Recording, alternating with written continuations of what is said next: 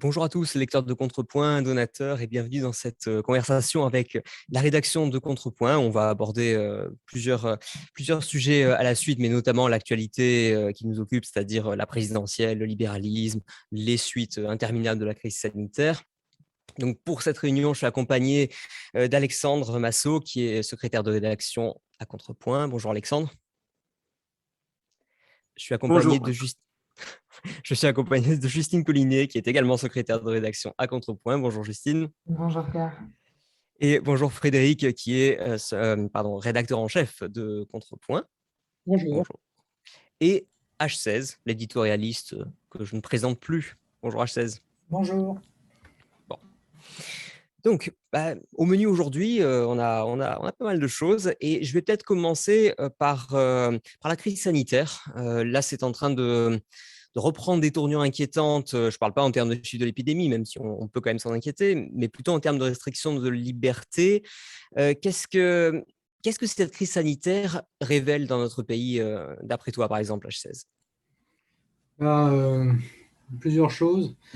En fait, sur année et demie, ouais, presque 2 ans maintenant que cette histoire a débuté, on note surtout, évidemment, le constat d'incompétence des services de l'État à gérer des événements qui ne sont pas du domaine du régalien. Déjà, le domaine du régalien lui a déjà complètement échappé, mais là, le sanitaire, c'est la débâcle, hein.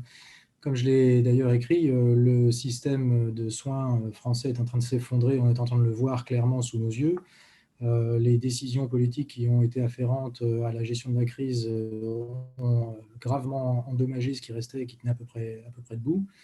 Ils ont largement nourri les guerres intestines qu'il pouvait y avoir, notamment entre Paris et la province, mais entre différents services hospitaliers, entre différents hôpitaux, entre différents instituts médicaux. Enfin, c'est devenu une foire d'empoigne de tous les côtés. On arrive à désigner à la vindicte populaire des gens qui avant étaient quand même reconnus mondialement. On arrive à dresser les uns contre les autres en fait d'union nationale parce que c'est la guerre, quoi qu'il en coûte, patati patata. On se retrouve maintenant avec un pays qui est complètement divisé, encore plus encore que lors de l'affaire Dreyfus. Enfin, le tableau est absolument catastrophique. S'il y a bien quelque chose à dire au sujet de la gestion globale, c'est euh, un échec absolument total. Je veux dire, l'erreur est humaine, mais pour un échec de cette ampleur, il fallait faire intervenir l'État et cette équipe de clowns, quoi. C'est des clowns. Ceci dit, si je peux me permettre, j'ai l'impression que eux aussi réagissent à une demande politique qui émane des Français, c'est-à-dire de ne pas voir, par exemple, des images d'hôpitaux saturés ou de tri dans les réanimations, ce qui était un peu quand même ce qui s'est passé au moins au tout début. Donc, est-ce qu'on ne peut pas comprendre de leur point de vue très pragmatique, voire cynique, qu'ils se soient dit qu'ils avaient plus à perdre dans des images chocs si on laissait faire que dans les restrictions de liberté que les gens Ah acceptent en râlant, mais acceptent. C'est-à-dire ils ont joué leur partition. Ils sont parfaitement incompétents pour ce qui est de la gestion elle-même, mais par contre, ils sont très, très affûtés pour ce qui est de leurs propres intérêts. Donc, typiquement, ce qu'on a observé, comme à chaque fois, c'est, comme par exemple lors du 11 septembre, qui était une crise majeure, comme à chaque fois, l'ensemble des décisions qu'ils ont prises a consisté essentiellement à augmenter le pouvoir des dirigeants et non pas, surtout pas, à résoudre les problèmes des dirigés. Et ça a été observé d'un bout à l'autre de la crise. À quasiment chaque nouvelle intervention du chef de l'État à la télé, ça s'est terminé à chaque fois par une réduction des libertés et des droits fondamentaux, bon là des Français, mais de façon générale de l'ensemble des citoyens d'une partie du monde occidental. Ils ont, en créant en fait, parce qu'il y a eu une partie, on peut admettre au mois de mars ou avril, d'avoir un peu peur de ce qui se passe. On ne sait pas, c'est quelque chose de nouveau, ou du moins ça semble être important. Donc on peut avoir un sentiment peut-être de peur diffus et on peut comprendre les premières réactions, disons la première ou la deuxième semaine de mars, on comprend. Et au-delà, on se rend compte surtout qu'ils ont largement alimenté la panique, et ce parce que la panique rend idiot. C'est pas un simple proverbe, c'est effectivement ce qui est, je ne veux pas rentrer dans un détail animal, mais on déclenche le système limbique et hop, c'est pratique parce qu'en fait, en attisant la peur, les gouvernements peuvent à ce moment-là enfiler les décisions comme ils le veulent et se jouer complètement des processus démocratiques traditionnels se lancer dans la manipulation complète de bout en bout. Et on a assisté à ça, ça fait 18 mois qu'on est en manipulation, en sous-manipulation, manipulation quasi hypnotique de l'ensemble des foules. Et il n'y a absolument rien d'étonnant que des cabinets comme ceux de McKinsey, par exemple, qui soient derrière justement les décisions gouvernementales. Ce sont des gens qui sont spécialisés justement dans notamment le marketing, mais aussi ce qu'on appelle la persuasion, Ça, c'est un peu peut-être l'étude, l'évolution médiatique qui veut ça aussi, hein. C'est qu'on est un informé, on peu, réagit en temps réel, les politiques sont à l'écoute de Twitter, Twitter est à oui, l'écoute des politiques, etc. Donc, je pense que c'est… encore une fois, on peut très bien admettre l'incompétence de ces gens-là pour ce qui est de la gestion au jour le jour, et ça se voit. Mhm. Euh, Admettre la même incompétence et avoir ce résultat-là qui correspond exactement à leurs intérêts à eux, leur intérêt de caste et leur intérêt de dirigeant, ça veut dire ils seraient complètement incompétents pour l'un, mais là, pour le coup, pouf, ça tombe exactement dans ce qu'ils veulent, bien qu'en étant complètement incompétents. Ça, j'y crois pas trop. Je pense que c'est parfaitement voulu. Fred, qu'est-ce que tu es d'accord avec cette analyse? Alors, je pense que le pouvoir politique est quelque chose de profondément opportuniste. C'est-à-dire que, en fait, la crise sanitaire a été plus un révélateur, un accélérateur en fait d'une crise qui était déjà présente au sein des démocraties occidentales, mais là qui Bien a sûr. poussé un coup de boost extraordinaire et dont l'effet de bord effectivement est vraiment une remise en cause de fondements, à mon avis, absolument essentiels des démocraties libérales. Et moi, ce qui me choque et m'interpelle quelque part, c'est de voir qu'à la veille de la présidentielle, finalement, il y a comme une normalisation de ce qui est de l'ordre de l'exception dans l'histoire contemporaine moderne en matière de démocratie. C'est-à-dire que nous vivons sous l'état d'urgence, c'est-à-dire qu'on est encore sous le règne d'un état d'urgence sanitaire, dont le modèle est l'état d'urgence terroriste. Et au nom de l'exceptionnalité de la situation, on est passé d'un régime de liberté publique à un régime d'autorisation. Et ça Oui. c'est vraiment très Mhm. problématique. Ça, c'est vraiment Mais très, très ça se retrouve un problématique. peu dans tous les pays. En fait, j'ai l'impression Oui, qu'on s'en rend oui, moins compte parce qu'on coule tous en même temps, on suit tous cette même pente. Ce qui veut dire qu'il y a quand même quelque chose. Bon, on a l'habitude chez nous de pas mal regarder les problèmes de la France en particulier. C'est vrai que la France a quelques problèmes spécifiques. Mais finalement, quelle est la démocratie libérale qui n'a pas été il y en a touchée eu à un certaines qui étaient des certain degré modèles. par. Ouais. On pense à l'Australie, hein, on pense à certains pays, effectivement, où cette attaque de panique sanitaire, c'est vraiment une attaque de panique, c'est comme une attaque de panique morale, à révéler des comportements tout à fait très, très illibéraux au sein des gouvernants et des gouvernés aussi, et engranger effectivement cette espèce d'autoritarisme, de cynisation, comme je le disais dans un de mes articles, de l'esprit en Occident, qui fait qu'un certain nombre de méthodes qui étaient considérées il y a encore quelques années, il y a encore un an et demi, je reviendrai là-dessus, comme, comme autoritaires et comme totalement Et l'apanage des dictatures, et finalement, ouais, et ça sont devient devenues acceptable chez nous. des pratiques politiques tout à fait admises. D'accord, d'accord. Je pense que cette crise sanitaire, bon, on pourrait en parler assez longtemps. Peut-être juste en un mot, je laisse la parole à qui se sent inspiré par cette question, mais quel est le meilleur moyen d'essayer de résister à ce mouvement-là? Parce que c'est un peu oppressant, quoi. On ne sait pas trop comment faire. On ne peut pas individuellement toujours désobéir à tout et prendre des risques inconsidérés, et encore moins quand on est une entreprise. Donc concrètement, qu'est-ce qu'on fait aujourd'hui quand on veut se plaindre de cette situation et le montrer de manière efficace? Je pense que, Frédéric? pardon, Pardon. oui.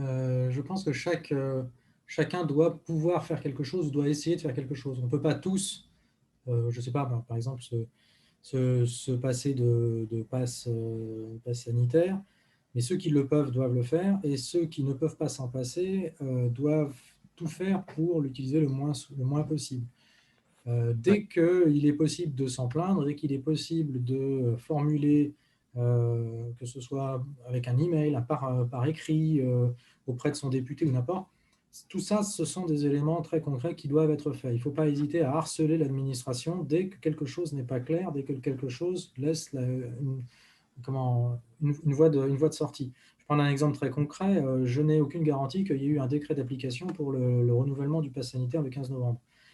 Dans la loi, il est inscrit que le pass sanitaire pouvait être renouvelé jusqu'au 31 juillet de l'année prochaine. Je n'ai pas vu le décret d'application disant actuellement que le pass sanitaire est renouvelé après le 15 novembre. Donc, il faudrait voir, il faudrait vérifier, mais si par exemple ce décret n'est pas paru, il faudrait s'opposer de façon légale, systématique. Tout le monde ne le peut pas, mais certains le peuvent. C'est pareil à tous les niveaux. Quand vous êtes refoulé devant un hôpital alors que vous venez en urgence ou que vous avez un problème parce que vous n'avez pas de passe, vous devez systématiquement mettre la personne qui vous a refoulé, en l'occurrence le chef de service qui vous a refoulé, devant ses responsabilités. Il n'en a pas le droit. Vous devez prendre son nom, vous devez prendre ses coordonnées de telle façon à ce qu'un jour, tout ceci ça se traduise par des poursuites. Il ne faut pas perdre de vue que dans les pires moments de l'humanité, même pendant la guerre 39-45, des gens ont pris des notes, des gens ont conservé les coordonnées des gens qui avaient fait n'importe quoi, n'importe comment. Les gens étaient renvoyés à leurs responsabilités. Pas tous, pas de façon systématique, mais il faut qu'à un moment donné, les gens payent pour avoir fait n'importe quoi, pour s'être laissé berner, pour s'être laissé... donc, chaque chose compte.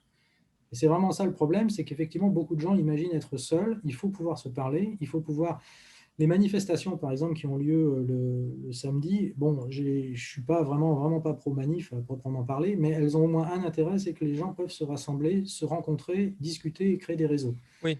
Non, c'est vrai, c'est vrai. Mais ceci dit, si on prend justement les gens qui vont consigner tous ces abus, etc., est-ce que ce ne sont pas les mêmes qui vont se plaindre lorsque la dépense publique baisse, lorsque l'État finalement ne montre pas sa force lorsque ça les arrange, quoi. Il y a un moment où on ne peut pas être trop sélectif. C'est-à-dire, actuellement, bien sûr. Je ne sais pas, enfin, je veux dire, quand il y a le feu à la maison, on n'est pas en train de regarder s'il faut arroser plutôt avec de l'eau, plutôt de la mousse, est-ce qu'on ne va pas faire passer un marché pour savoir quel sera le meilleur extincteur. Non, on agit. Là, c'est pareil. Si effectivement on se retrouve avec des gauchistes, parce qu'il n'y a pas d'autre mot, hein, si on se retrouve avec des gauchistes qui gueulent parce qu'il y a tel et tel droit qui leur est sucré, s'ils ont raison, je suis désolé, on est obligé de les soutenir. Encore une fois, c'est une question de morale et de principe. Si le principe derrière, si les gens ont un discours sur le moment qui est exact, oui, on va pas les contredire sur le discours. Après, quand tu dis qu'il faut les soutenir, bon, ça dépend quelle forme ça prendrait, mais je vais donner la parole peut-être à Frédéric qui voulait intervenir. Sur cet aspect-là, évidemment, je ne leur dis pas qu'il faut leur donner un blanc-seing. Hein.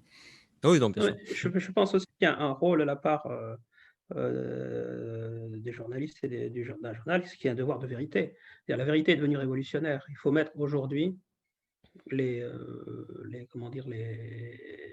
dirigeants et les politiques publiques face à leurs contradictions. Et Dieu sait s'il y en a. Enfin, là, encore une fois, la panique sanitaire a déclenché tout un tas de politiques publiques qui sont absolument infondées, et infondées même sur le plan scientifique. Le débat est de plus en plus obscur. Là, récemment, je voyais que des préfets avaient de nouveau rétabli le port du masque obligatoire en extérieur, ce qui n'a aucune base scientifique, et même est en contradiction avec les consignes qui ont été passées les mois derniers à propos des gestes barrières, puisqu'on demande d'aérer, si vous voulez, les lieux fermés, alors que quand on est en plein air, forcément, il y a moins de possibilités de contamination. Et voilà, il y a beaucoup de contradictions, il y a beaucoup de choses qui sont faites à la va-vite, etc. Et il y a un devoir d'information, un devoir de vérité très clair. C'est pas la peine d'aller je pense, dans l'extrême, il suffit de montrer à quel point tout ce discours ne tient pas debout. Et il y a un devoir, à mon avis, déjà d'information à faire. Justement, pour en venir au devoir d'information, tu m'offres une excellente transition, Frédéric, merci beaucoup. Je vais poser la question à Justine du développement de contrepoint, parce que ça, au moins, ce sont de meilleures nouvelles que la crise sanitaire. Il se trouve que ça nous inspire chez les libéraux et dans le milieu de l'information en général, d'ailleurs, pas que chez les libéraux. Est-ce que Contrepoint a des évolutions prévues dans sa forme, notamment? Alors, oui, pas sur le fond, j'espère, la ligne ne change pas, mais qu'est-ce que tu peux nous dire à ce sujet, Justine? Alors, tout à fait, on est en plein projet sur les plateformes de contrepoint, que ce soit web ou mobile. On est en train de redynamiser tout ça, de moderniser. Alors, bien sûr, par exemple, le logo va aller un petit peu changer, il sera un peu plus coloré, plus moderne, etc. Mais ce n'est pas tout. C'est en fait toute l'expérience du lecteur qui va évoluer. La page 2 sera plus claire, plus attrayante pour que le lecteur puisse trouver plus facilement l'information qui l'intéresse, pour qu'il ait aussi plus de facilité à différencier nos types de contenus, que ce soit les articles d'analyse, les articles d'opinion ou encore les excellents podcasts que tu nous proposes, Pierre. J'ai oublié de me présenter d'ailleurs tout à l'heure. Hein. Moi, je fais partie de la rédaction en tant que responsable de Contrepoint Podcast, mais je referme la parenthèse. Je pense que les lecteurs me connaissent peut-être. Voilà, il y a toujours la possibilité de créer un profil via la plateforme Contrepoint et nous invitons vraiment tous les lecteurs à le faire parce que c'est là aussi que l'expérience va changer pour chacun. Parce qu'en Oui. plus de la une qui sera proposée par la rédaction, le lecteur qui sera connecté à son profil pourra enregistrer des articles, il pourra liker, aimer des articles en leur donnant une petite torche. Il pourra retrouver les articles qu'il a aimés, il pourra aussi suivre des auteurs. Pour personnaliser encore plus son expérience, il pourra se créer son propre feed en fonction des thèmes qui l'intéressent et des auteurs qu'il préfère. Et donc voilà, comme vous l'aurez compris, Contrepoint évolue vers une expérience qui est beaucoup plus personnalisable et beaucoup plus moderne. Alors bien sûr, la forme évolue et vous allez découvrir ces nouveautés très bientôt. Mais comme tu le dis, Pierre, le fond reste évidemment toujours le même et toujours fidèle au Contrepoint qu'on aime et qu'on connaît. Alors, je vais peut-être enchaîner sur une question tiens, à Alexandre. Alexandre, à propos du libéralisme, comment est-ce que tu décrirais l'état du libéralisme dans le monde actuel? Et je te laisse éventuellement le soin de centrer sur la France ou d'élargir à l'international, puisque je sais que tu t'intéresses de près aux questions internationales et que tu vis aussi une partie de l'année à l'étranger, je crois. Donc, est-ce que tu peux nous en dire plus sur ce que tu ressens de l'état du libéralisme? Donc, au niveau mondial, l'état du libéralisme, je dirais que actuellement, il est dans un mauvais état, on ne va pas se leurrer. La crise sanitaire a beaucoup joué, mais même si on remonte un peu avant la crise sanitaire, il y avait déjà des tendances inquiétantes dans un certain nombre de pays. On ne va pas se leurrer, un pays comme la Chine est en train de prendre de plus en plus d'influence. Et disons-le clairement, c'est un État, je pense qu'on peut le qualifier, mine de rien, d'État totalitaire. Ça va plus loin que beaucoup d'États autoritaires. Il y avait déjà, justement, des tentatives de prise, c'est plus qu'une tentative, c'était une prise de contrôle de Hong Kong. Qui a été faite par la Chine et qui s'est poursuivie dans la crise sanitaire, hein, mais comme tout le monde s'était concentré sur la crise sanitaire, on en a un peu moins parlé. Mais effectivement, la Chine n'hésite plus maintenant à vraiment sortir les griffes, à se montrer de plus en plus active.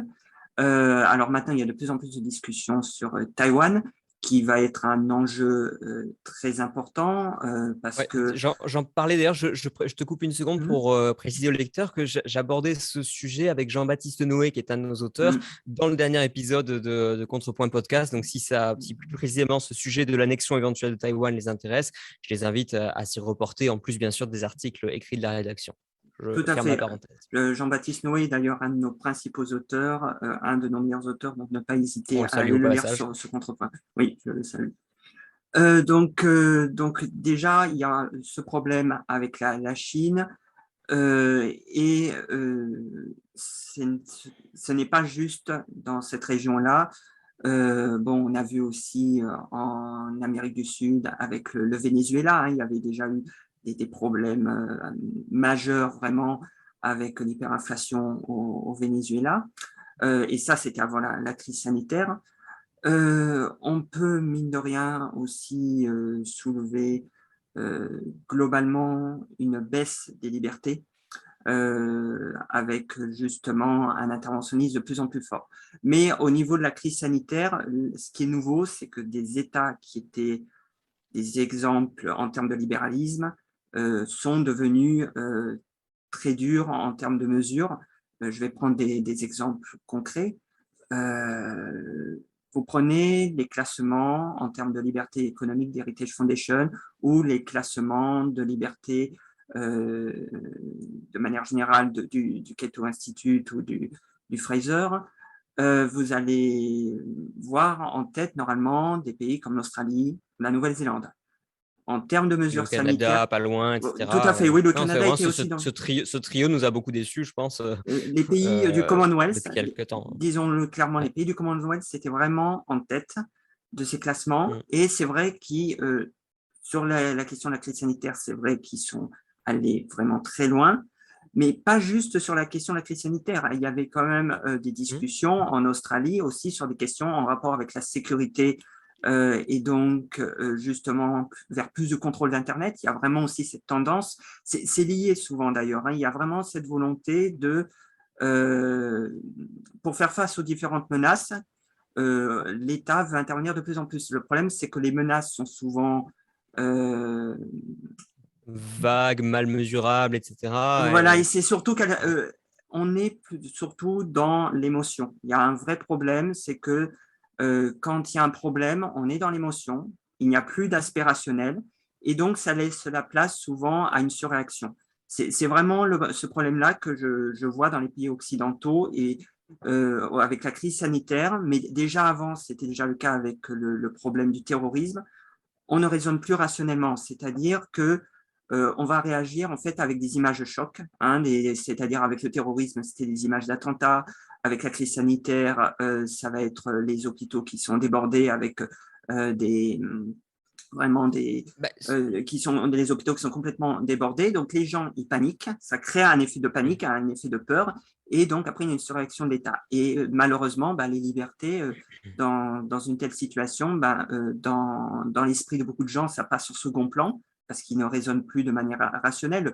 Le libéralisme est quand même beaucoup lié à la rationalité. Donc, mais justement, on aurait peut-être pu attendre, excuse-moi, je me permets de te couper, mais on aurait pu attendre que sur le sujet comme la crise sanitaire, on aurait pu avoir une approche rationnelle parce que justement, il y a une sorte de façade de rationalité qui a été donnée par beaucoup de commentateurs sur nous, on réagit par rapport aux chiffres, on a un conseil scientifique indépendant avec des gens de tous horizons qui font des propositions. Donc, moi, je trouve que c'est un peu ça aussi le piège, c'est d'avoir donné cette illusion de rationalité. Et alors, j'en profite peut-être pour enchaîner sur une question à Frédéric. Est-ce que les idées libérales se sont adaptées en quelque sorte à ces nouvelles réalités, ces nouvelles menaces, entre guillemets, de notre point de vue en tout cas?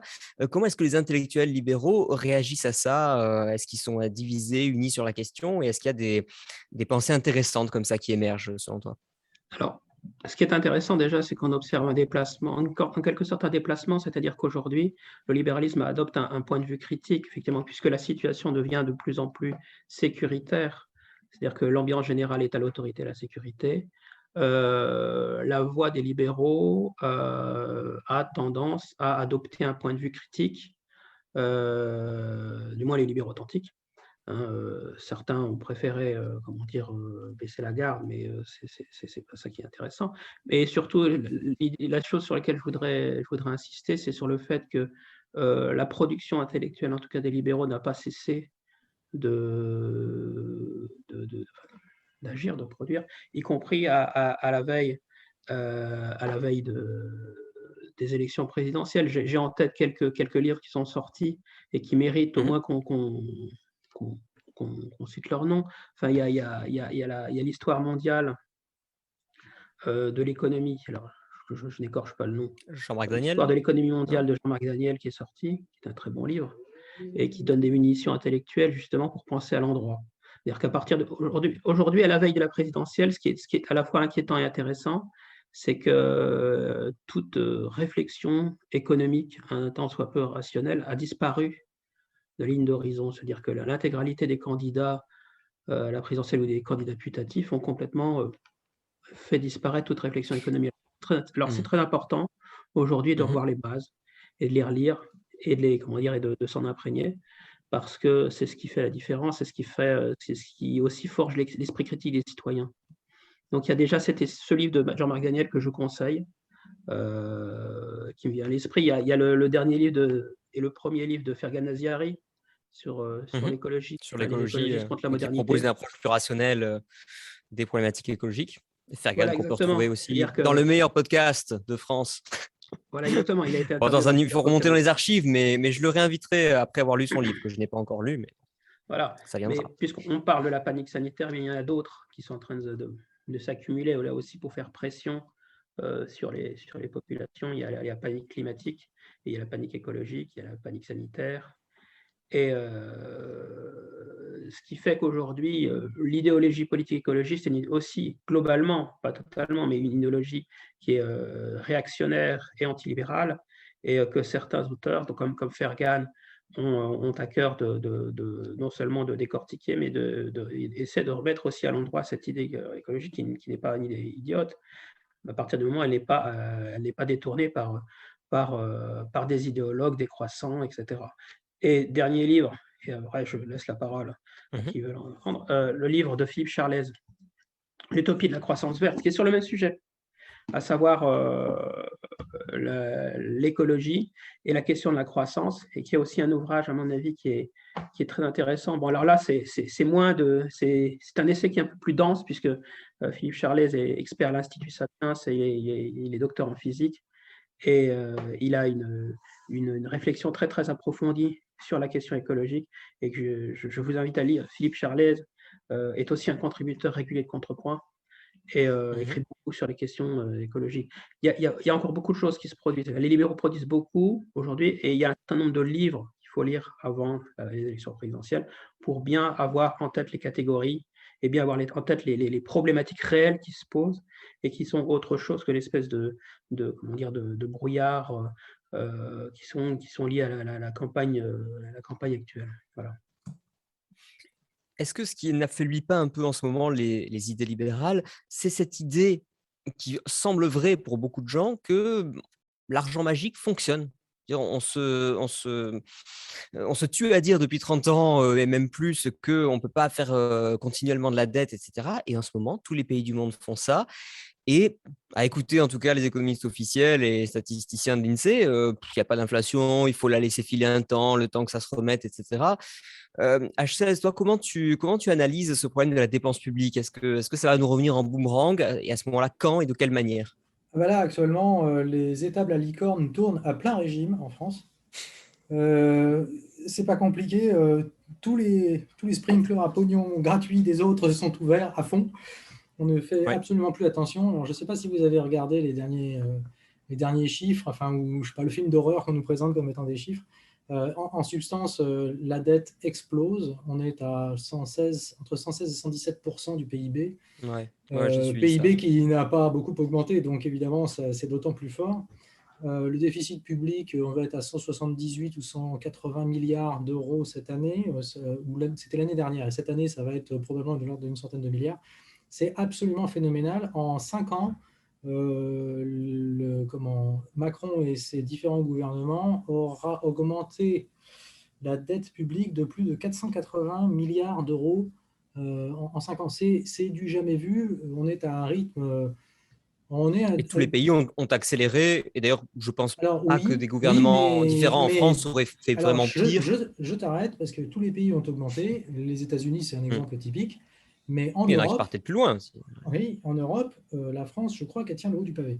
On n'a jamais comme autant toujours, dépensé. bien sûr.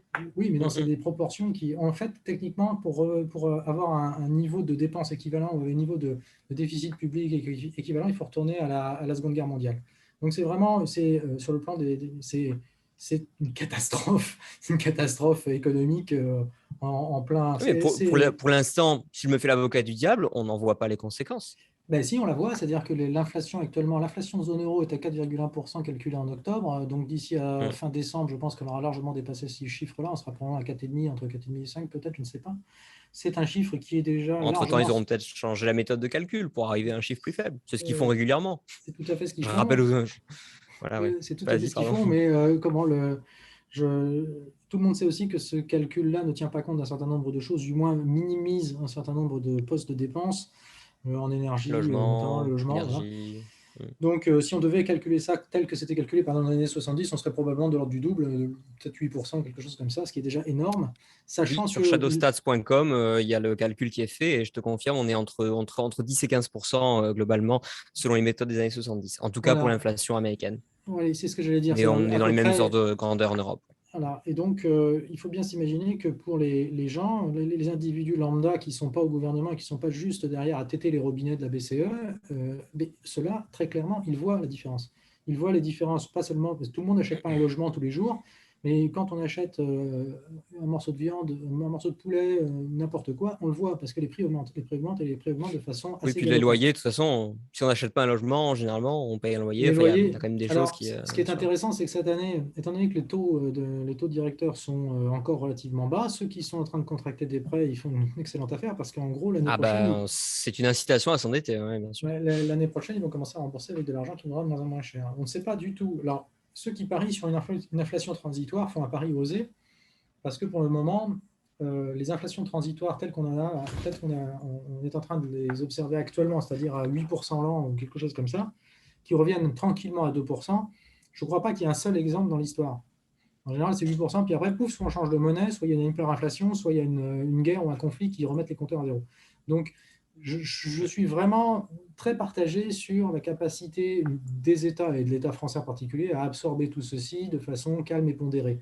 Compte tenu des tensions géopolitiques internationales dont Alexandre a déjà parlé, je vois mal tout ça se passer très très bien. Moi, bon, je suis toujours un petit peu catastrophiste, donc je ne fais pas exception, mais là, les faits donnent plutôt raison sur ceux qui disent qu'il va y avoir effectivement des problèmes d'inflation clairs, au moins l'année prochaine.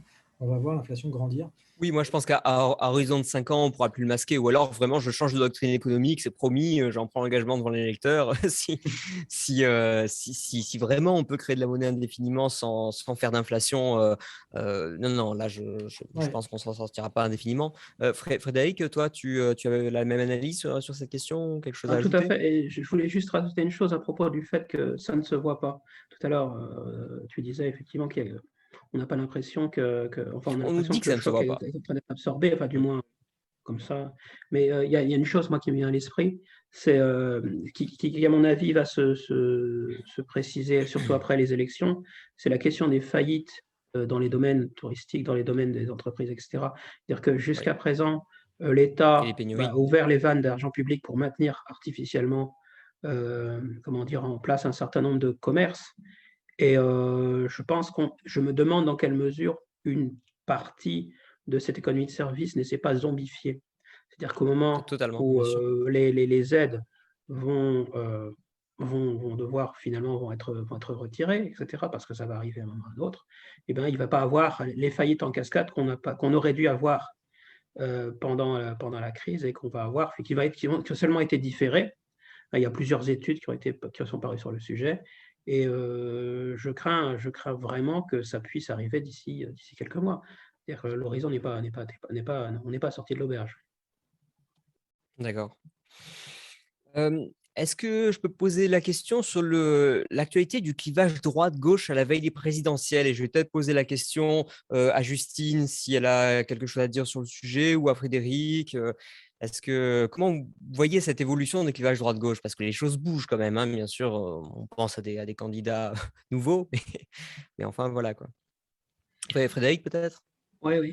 Alors, ce que je trouve intéressant, c'est l'intrusion d'Éric Zemmour dans la politique française qui l'a réactivé en quelque sorte. C'est-à-dire que aux dernières élections, en fait, on avait tous l'impression que Emmanuel Macron avait tué le clivage droite-gauche, ou du moins on avait abaissé l'intérêt, etc. Puisqu'il avait tout détruit face sur ce passage, il avait détruit toute opposition, ce qui fait qu'actuellement, les politologues contemporains avaient tendance à dire qu'aujourd'hui, le clivage droite-gauche était soi-disant soit dépassé et devait se substituer à clivage entre conservateurs et progressistes ou conservateurs et populistes, entre Macron et Marine Le Pen, en gros. Alors, l'introduction d'Éric Zemmour est intéressante parce qu'elle est en train de réactive en quelque sorte, parfois peut-être même de manière extrêmement artificielle, le clivage droite-gauche, parce que chacun peut se positionner sur des thèmes qui sont finalement très clivants à la société française, que sont l'immigration, que ce soit l'identité, et ça fait redémarrer le bastringue en quelque sorte. Et voilà, donc mais maintenant, le problème, c'est que cette question-là est aussi une manière aussi c'est un peu un exercice de dispersion, hein, puisque là aussi, de dilution du débat. Après le clivage conservateur, progressiste, droite-gauche, etc., le vrai clivage, nous, qui nous intéresse, c'est liberté publique et constructivisme, c'est-à-dire pour revenir à une position qu'a fait Pascal Salin récemment dans un article de Contrepoids. Donc là aussi, c'est quelque chose qui est en train de parasiter l'analyse qu'on peut faire aujourd'hui du climat autoritaire actuel, je pense. Voilà. Et au niveau des candidats, est-ce que l'un d'entre vous a une analyse sur, enfin l'un ou l'une d'entre vous aurait une analyse sur les candidats qui vous semblent peut-être les plus libéraux compatibles ou les moins libéraux incompatibles, enfin, ou en fait, où sont les libéraux dans l'élection présidentielle, pour formuler la question autrement? Je pense qu'il va y avoir un grand blanc. Non, Oui, en non, fait, effectivement, ce qu'on voit, c'est ils sont tous pour des dépenses énormes. Il n'y a pas de frein, en fait. Surenchère d'intervention de l'État dans tous les domaines. Bon, la petite nouveauté, enfin, ce que je vois, c'est que quasiment jusqu'à il y a quelques jours, le sujet même du pass sanitaire, qui pourtant divise la société, déchire même la société, n'était pas un sujet. Et donc, apparemment, tous les candidats, tous, s'en satisfaisaient fort bien et se disaient, bah, après tout, on pourra continuer sur la même lancée. Ce qui revient en fait à entériner ce qu'a fait Macron, alors que, objectivement, non seulement le pass sanitaire ne sert plus à rien, mais ça c'est une évidence, mais en plus, sur le plan social, politique et économique, ça coûte énormément, ça ne rapporte rien. Je vais poser la question à Justine qui est belge, donc dans le reste de la francophonie, du moins en Belgique. Est-ce qu'on est face à peu près aux mêmes problématiques? C'est-à-dire, est-ce que les choses dérivent dans le même sens? Est-ce qu'il y a autant, enfin, est-ce que le libéralisme brille autant par son absence? En gros, est-ce que ce que nous on raconte sur la France te parle comme si tu étais là quasiment, ou c'est vraiment différent chez toi? Ah, je crois que ton micro est désactivé. C'est bon? Oui. Voilà. Ben oui, effectivement, ça résonne comme en France. Le libéralisme n'est pas beaucoup plus exposé en Belgique qu'en France en ce qui concerne les présidentielles françaises. Ta question était reliée à ça? Oui, enfin, j'ai toujours du mal à évaluer, alors je pose la question de manière plus générale. Moi, j'ai toujours du mal à comprendre que les Belges ou les Suisses ou d'autres s'intéressent autant à l'actualité politique française, qui après tout ne les concerne que très indirectement, mais j'ai l'impression qu'ils sont toujours très au courant, en tout cas beaucoup plus que ce que moi je vais être au courant de l'actualité belge. Alors, il y a peut-être une question de taille, mais en tout cas, voilà. Alors, je ne sais pas si tu as si tu as quelque chose à dire justement sur la présidentielle française. Mais sinon, voilà, est-ce qu'il y a quoi que ce soit qui te semble différent, en mieux ou en moins bien, depuis chez toi? On est quand même sur une situation très, très semblable, que ce soit au niveau politique général, au niveau de la gestion de la crise sanitaire, ça se remarque hyper fort aussi, les similitudes. La Belgique a toujours plus ou moins suivi la France à quelques semaines de décalage. Et en ce qui concerne la perception des présidentielles françaises en Belgique, de ce que je vois dans les médias belges, on tourne beaucoup autour des polémiques Zemmour, etc. C'est pour ça que c'est quand même aussi important de sortir de tout ça et de montrer qu'il y a un autre paysage et d'autres candidats possibles. Mais c'est vrai que pour le moment, on tourne autour des mêmes polémiques que celles dont on parle en France. D'accord. Bon, c'est pas très différent finalement. Ouais, d'accord. Alexandre, peut-être sur ce sujet-là? Oui, j'aimerais rajouter que je pense qu'il ne faut pas non plus perdre espoir au niveau du libéralisme, du moins en Europe ou en Occident, parce que bon, je suis d'accord qu'en France, actuellement, en termes de candidats, bon, c'est un peu le néant absolu, hein. C'est vraiment désespérant en France, cette absence totale de candidats libéraux. Je pense en plus que le système semi-présidentiel en France et le quinquennat qui fait que les élections législatives sont en même temps que l'élection présidentielle fait qu'en fait, le président est souvent la majorité, donc en fait, le Parlement est devenu une chambre d'enregistrement. Je pense que dans des pays parlementaires ou présidentiels stricts comme les États-Unis, où le Parlement a plus de pouvoir, on peut voir des choses intéressantes se développer parce que justement, comme c'est le Parlement, on peut avoir des forces libérales qui peuvent émerger. À Contrepoint, on a pu d'ailleurs interviewer des forces libérales, donc une qui était en Allemagne, le parti libéral-démocrate en Allemagne, qui devrait être dans le futur gouvernement. Bon, on va voir ce que ça va donner, parce que bon, ils vont faire partie d'une coalition avec les Verts et les sociodémocrates. Je ne sais pas du tout ce que ça va donner, ce qu'ils vont faire, est-ce qu'ils vont suivre ce que fait Merkel actuellement. Je crains malheureusement que ça soit le cas. Mais peut-être qu'ils arriveront à avoir un peu d'influence, et surtout en République tchèque, les libéraux viennent vraiment de gagner des élections contre toute attente face aux populistes. Alors, la République tchèque est certes un pays assez favorable au libéralisme, mais là, on a un parti, à mon sens, vraiment libéral, qui a dirigé une coalition avec des chrétiens démocrates et un autre parti libéral qui viennent de remporter les élections. Donc là, on va voir ce que ça va donner. Aux États-Unis, alors aux États-Unis, c'est un peu à part, on ne peut pas dire qu'il y a un parti libéral, mais à mon sens, aux États-Unis, il faut comprendre qu'on a des démocrates comme des républicains qui peuvent être plutôt favorables au libéralisme, plutôt des représentants, des sénateurs centristes qui avaient quand même un certain nombre d'idées libérales.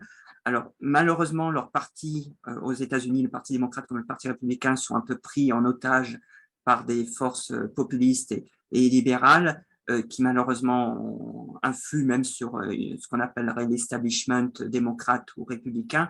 Mais il suffit parfois de certaines personnalités pour justement, personnalités locales, hein, pour justement un peu calmer le jeu. Et effectivement, quand le Parlement a un rôle important, ça peut parfois aider, mais à condition vraiment qu'on ait des libéraux qui soient solides sur leurs convictions. Hors de la question du politique, donc là on vient de faire un constat qui encore peut paraître assez gris pour nos lecteurs, mais je veux dire, évidemment il n'y a pas que le politique, hein. En tant que libéraux, on attend rarement la solution d'un homme ou d'une femme providentielle et des élections.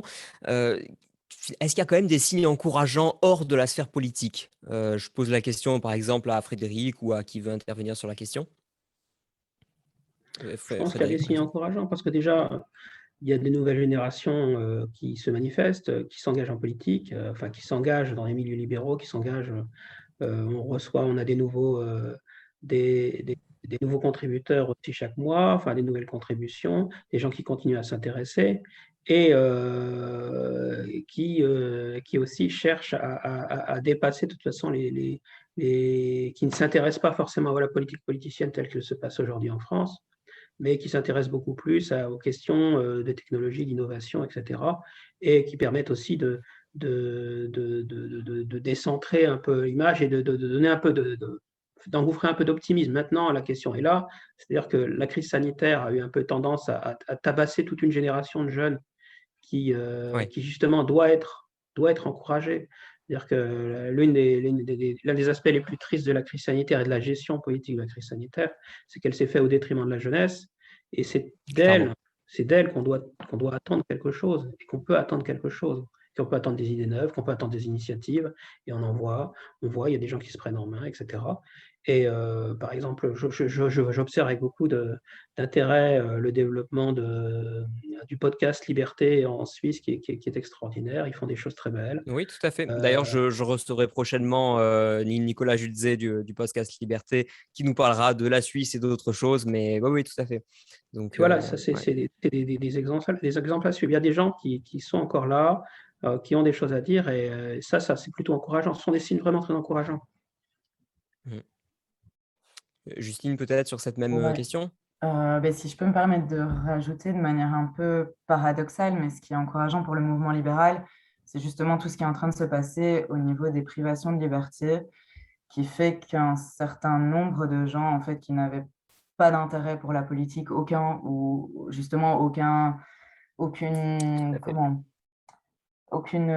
appétence particulière. Voilà, et aucun intérêt à vraiment défendre les libertés, se rendre compte maintenant qu'il y a un problème et se rendre compte qu'il y a des choses à défendre et des choses pour lesquelles il faut se battre. Et parfois, il faut vraiment un gros coup négatif pour se rendre compte qu'il faut se bouger un peu et réagir. Donc, je pense que même si c'est fatalement hyper négatif tout ce qui est en train de se passer, ça réveille aussi des consciences et ça montre aussi à certaines personnes qu'on se bat pour les bonnes choses et pour aller dans le bon sens. Et alors, en dehors de ça, si on sort de tout ce qui est politique, crise sanitaire, etc., il y a beaucoup de bonnes nouvelles dans le sens libéral dans le monde. Dans la chronique Et de... tu as l'occasion de nous en parler dans le podcast. Tu nous en as parlé alors, dans le dernier épisode Voilà, de mémoire, et tu nous parleras tous les 2 épisodes. Tu nous feras justement une chronique positive. voilà, Donc, j'invite exactement. fortement les auditeurs et les lecteurs qui ne seraient pas encore auditeurs, je ne sais pas pourquoi, mais à aller voir ça. Donc, merci à toi, Justine, pour ça. Avec plaisir. Et je pense que c'est tout pour moi. D'accord. Non, et je rappelle à ce sujet que, par exemple, ta première chronique était consacrée aux efforts des Pays-Bas pour enrayer les effets de la montée des eaux, et qui montrait l'argument qu'on connaît bien, selon lequel, face à un même problème, on peut, on peut se mettre en boule et pleurer dans son coin et essayer d'arrêter l'inarrêtable, ou on peut innover et trouver des solutions, et c'est ce que font les Néerlandais. Et donc, à ce titre-là, c'était très intéressant ce que tu nous avais développé sur ce sujet-là, donc à retrouver en début de podcast. Est-ce que quelqu'un d'autre d'abord a quelque chose à compléter sur cette question-là? Non. Alors, peut-être on peut parler de nos lecteurs de Contrepoint, de nos donateurs. Qu'est-ce qu'on peut faire concrètement pour accélérer le développement de Contrepoint dans ce contexte un peu difficile, morose, mais qui comporte quand même des éléments encourageants? Je vais peut-être poser la question, peut-être à Frédéric, puis à Justine ou Alexandre. Alors, de toute façon, il faut donner. Encore une fois, l'argent, c'est le nerf de la guerre. L'argent, c'est le nerf de la guerre. On n'a pas de subvention, on ne demande pas de subvention. On ne vit pas d'argent public. On ne vit que des dons des lecteurs. Et tous les dons qui sont utilisés pour améliorer le site, améliorer la présentation et la qualité de nos articles, pour payer des salaires. C'est-à-dire que tout est réutilisé, et tout est clair et tout est transparent pour améliorer le produit Contrepoint et pour diffuser le plus possible son message, le message de la liberté partout dans le monde francophone.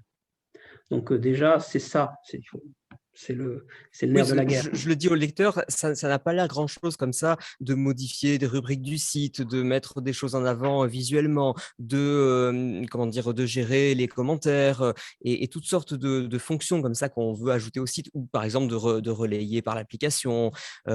Mais ce sont des choses qui à chaque fois demandent du développement informatique, demandent de l'argent, des ressources. Donc, oui. J'ajoute qu'on a une équipe formidable. C'est-à-dire que non seulement on a des salariés, on a aussi une armée de bénévoles et des gens extraordinaires qui nous aident tous les jours. Faute de ne pas les remercier. Tous les jours pour la rédaction des articles, pour bien sûr les articles, produire des articles, les corriger, mais maintenir le site et le développer, qui nécessite aussi des compétences techniques. Tout ça mis bout à bout, qui fait que le journal Contrepoint est un journal qui fonctionne. Et c'est grâce, il ne faut pas se leurrer, c'est grâce à l'implication aussi de ses lecteurs, c'est grâce à l'implication de ses contributeurs. Donc c'est essentiel et ça repose essentiellement là-dessus. Donc, les contributeurs, on les remerciera jamais assez, qu'ils soient d'ailleurs contributeurs des articles ou contributeurs en back-office, en quelque sorte, en coulisses.